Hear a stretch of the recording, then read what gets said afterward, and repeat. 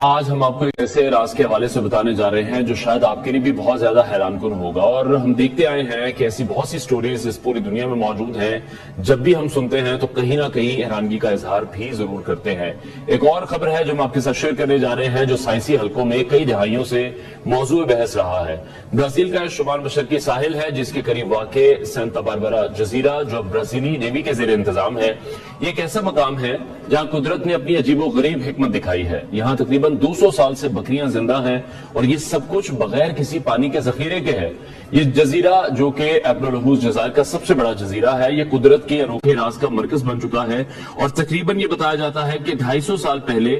نو آبادیاتیہ دور کے دوران ملاحوں نے اس جزیرے پر بکریوں کو خوراک کے ذخیرے کے طور پر چھوڑ دیا تھا، اور اس کے بعد ان بکریوں نے خود کو اس خشک سخت ماحول میں ڈال لیا ہے۔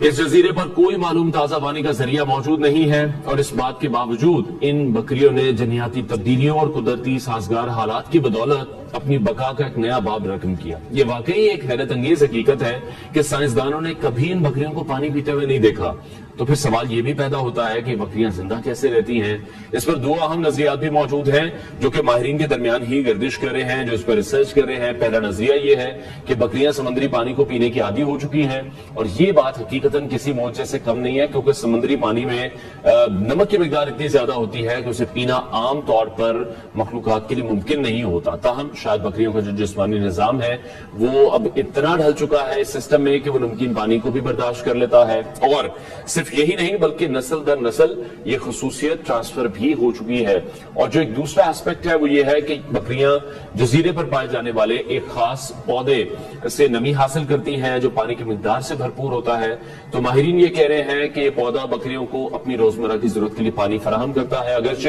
ان بکریوں کی بقا کا راز ابھی تک مکمل طور پر حل نہیں ہو سکا، لیکن یہ حقیقت ہمیں یہ بھی سکھاتی ہے کہ قدرت میں کئی ایسے بہت سے راز موجود ہیں جنہیں ہم سمجھنے سے بھی قاصر ہیں۔